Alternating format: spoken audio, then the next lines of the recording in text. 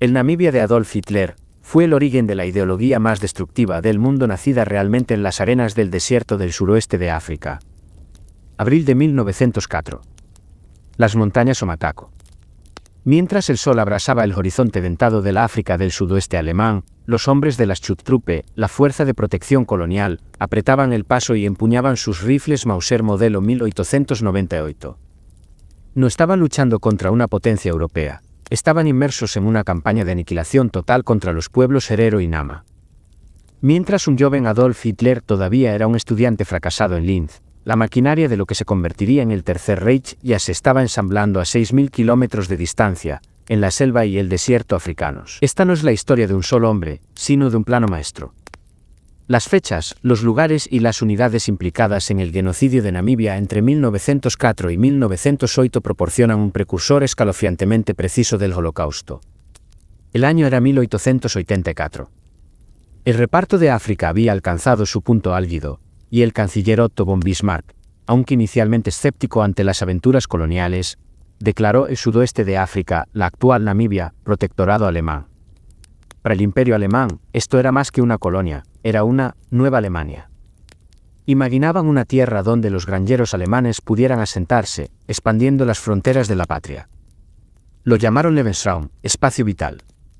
Es un término que más tarde se convertiría en el pilar central del expansionismo nazi. Hacia 1903, la tensión llegó a un punto de ruptura. El pueblo indígena Herero, liderado por el jefe Samuel Maharero, vio cómo les confiscaban el ganado y cómo los colonos alemanes se repartían sus tierras ancestrales. Los Herero eran un pueblo orgulloso y pastoril, pero estaban siendo asfixiados por la administración colonial y la llegada del ferrocarril de Otavi. En enero de 1904, los Hereros se levantaron en rebelión. En pocas semanas, más de 100 colonos alemanes murieron. La respuesta del Kaiser fue rápida y desproporcionada. Despachó al teniente general Lothar von Trotha, un hombre conocido por su despiadada represión de la rebelión de los Boxers en China. Von Trotha no vino a negociar, vino a limpiar. Trajo consigo a los batallones de campo 1 y 2 de la Schutztruppe, equipados con cañones de montaña Krupp y las recién estrenadas ametralladoras Machine, la vanguardia de la matanza industrial. Aquí, bajo el mando de von Trotha, se pusieron en práctica por primera vez los conceptos de Lebensraum, jerarquía racial y exterminio sistemático. El viento del desierto transportaba los gritos de miles de personas mucho antes de que sonaran las primeras sirenas sobre Berlín. La situación estratégica era desesperada para los Herero. Luchaban por su supervivencia, mientras los alemanes lo hacían por un ideal racial. Poco sabía el mundo de que este remoto rincón de África se estaba convirtiendo en el laboratorio de los horrores del siglo.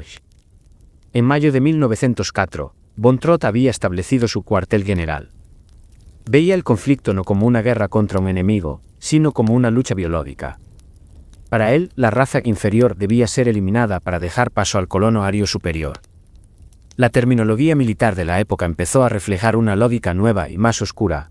Vernichtungsbefehl, la orden de exterminio. A lo largo del verano de 1904, la Schutztruppe empujó al pueblo herero hacia la meseta de Waterberg.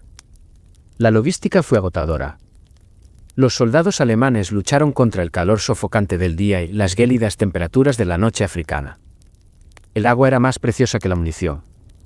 En agosto, casi 50.000 Herero, hombres, mujeres y niños, estaban reunidos en el Waterberg con el ganado que les quedaba, acorralados contra el borde del desierto de Omaheke. La mañana del 11 de agosto de 1904 comenzó la batalla de Waterberg. Las unidades alemanas, compuestas por unos 1.500 hombres con 30 piezas de artillería, se movieron con precisión prusiana. No pretendían simplemente derrotar a los guerreros hereros, pretendían rodearlos. El estruendo de los cañones Krupp resonaba en los acantilados mientras la metralla destrozaba los campamentos herero. Los herero lucharon con una valentía legendaria, utilizando rifles capturados y lanzas tradicionales, pero no eran rivales para el fuego rápido de las ametralladoras Machine. A las 14:00 horas, las líneas herero se rompieron. Pero no había escapatoria hacia el norte, el sur o el oeste. Von Trotha había dejado intencionadamente un solo camino abierto, el este, que conducía directamente al desierto sin agua de Omaheke. Al ponerse el sol, miles de personas iniciaron una marcha desesperada por las arenas. Las tropas de von Trotha no las siguieron al desierto para luchar. En su lugar, hicieron algo mucho más calculado. Establecieron un asperquete, una cadena de puestos de guardia, de 240 kilómetros de largo. Se dieron órdenes: cualquier herero que intentara regresar del desierto debía ser fusilado en el acto. Durante los 3 meses siguientes, el ejército alemán envenenó sistemáticamente los pocos pozos de agua que existían a lo largo del borde del desierto. Los detalles sensoriales de este periodo son sobrecogedores: el olor a muerte que emanaba de la arena, la visión de figuras esqueléticas arañando la tierra seca y el silencio ensordecedor de un pueblo que estaba siendo borrado. El desierto se convirtió en un muro de arena y sol que nadie podía cruzar. En 1905, la guerra se había transformado en un estado de genocidio administrativo. Este es el momento en que los paralelismos con el posterior régimen nazi se vuelven innegables. Los Herero y Nama que sobrevivieron al desierto fueron capturados y recluidos en Konzentrationslager, campos de concentración. Era la primera vez que el Estado alemán utilizaba este término específico de forma oficial. El más notorio de ellos fue Shark Island, Isla del Tiburón, situada frente a la costa, cerca del Derit. Era una roca estéril y azotada por el viento donde los no aptos eran enviados a perecer. Las condiciones eran incomprensibles. Los prisioneros se alojaban en werfts, chozas hechas de trapos y restos de madera, expuestos a los gélidos vientos antárticos del Atlántico. El miedo se apoderó de los supervivientes al darse cuenta de que ya no se les consideraba seres humanos, sino puntos de datos. El coste humano fue asombroso. En Shark Island, la tasa de mortalidad superó el 70%. Los prisioneros fueron obligados a realizar trabajos forzados, construyendo las infraestructuras de la colonia que los había desplazado. Morían de escorbuto, agotamiento y negligencia sistemática. Fue aquí donde empezó a gestarse la pseudociencia del posterior Tercer Reich. El doctor Eugen Fischer, un médico que más tarde se convertiría en mentor de Josef Mengele y arquitecto clave de las leyes raciales nazis, viajó a la colonia. Realizó investigaciones médicas con los prisioneros, midiendo cráneos y estudiando la higiene racial. Intentaba demostrar que los niños mestizos eran inferiores a los alemanes puros. El peso de las decisiones de mando recayó en la Oficina Colonial de Berlín, que contempló cómo la población de los Herero caía en picado de 80.000 a menos de 15.000. El pueblo Nama, que se levantó en 1905, corrió una suerte similar, perdiendo a la mitad de su población. Esto no fue un daño colateral de la guerra, fue la ejecución calculada de una política. La crisis no fue solo militar, fue una crisis de la humanidad. El mundo observaba, pero se hizo poco para detener la maquinaria de la Schutztruppe. ¿Cómo influyó este momento de la historia en el ascenso de Adolf Hitler? El punto de inflexión no es una batalla ganada, sino un legado heredado. Cuando terminó la Primera Guerra Mundial y Alemania perdió sus colonias, los hombres que habían servido en el sudoeste de África regresaron a una patria fracturada. Trajeron consigo sus uniformes, sus tácticas y su ideología. Uno de los personajes clave que conectó estas dos épocas fue Franz Ritter Bonnet. Fue comandante de compañía bajo las órdenes de von Trotha en 1904. Años más tarde, se convertiría en un alto cargo nazi y en el hombre que reclutó a un joven veterano desilusionado llamado Adolf Hitler para el Partido Obrero Alemán. Bonnet proporcionó la financiación y la mentalidad colonial que ayudaron a Hitler a subir al poder. Las camisas pardas que vestía la Schutztruppe, elegidas porque eran excedentes de las campañas coloniales, se convirtieron en el uniforme icónico de las nazis.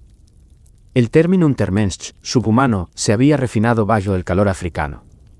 El héroe de la campaña de Namibia, el general von Trotha, fue celebrado por los primeros movimientos nacionalistas de Alemania como un hombre que hizo lo que era necesario para la raza. Hitler mismo hizo referencia a los éxitos coloniales en sus discursos, viendo el genocidio africano como un modelo de cómo Alemania debía tratar a las poblaciones de Europa del Este. La solución inesperada a los problemas de Alemania se encontró en los métodos de 1904, el uso de trenes para transportar a las víctimas, el uso de campos para concentrarlas y el uso de la ciencia, para justificar su eliminación. Las barreras que superaron fueron los límites morales de la civilización occidental, rotos por primera vez en las arenas de Namibia. Medallas como la Medalla Conmemorativa del Sudoeste de África fueron lucidas en su día con orgullo por veteranos que más tarde se unirían al partido nazi. Un vínculo físico entre las dos eras de oscuridad. El genocidio de Namibia se detuvo finalmente en 1908, pero las cicatrices nunca cicatrizaron. Se calcula que 65.000 hereros y 10.000 namas fueron asesinados. En 1915, durante la Primera Guerra Mundial, las fuerzas sudafricanas tomaron la colonia, poniendo fin al dominio alemán, pero el virus ideológico ya había regresado a Europa. Durante décadas, estos sucesos fueron borrados de los libros de historia. No fue hasta 2021 cuando el gobierno alemán reconoció oficialmente los hechos como genocidio y ofreció una disculpa formal. La importancia histórica es profunda. No podemos entender el Holocausto sin entender Sharkisland. No podemos entender Mein Kampf sin entender el Vernichtungsbefehl. El triunfo del espíritu humano se ve hoy en los descendientes Herero y Nama que siguen exigiendo justicia y recuerdo, asegurándose de que los nombres de Samuel Marrero y los caídos no caigan en el olvido. Las sombras del desierto de Namibia llegaron hasta las puertas de Auschwitz. La ideología que incendió el mundo en 1939 se forjó 35 años antes, bajo un sol diferente, pero con la misma intención fría. Para entender el final de la historia, debemos mirar su principio. Esta fue solo una de las innumerables historias no contadas de la Segunda Guerra Mundial. Suscríbete a Wii Records mientras seguimos devolviendo la vida a estos capítulos olvidados de la historia. Sin narración adicional, transición visual de cierre histórico, música de cierre y ambiente sonoro de viento. Suscríbete a mi canal mientras seguimos devolviendo la vida a estos capítulos olvidados de la historia.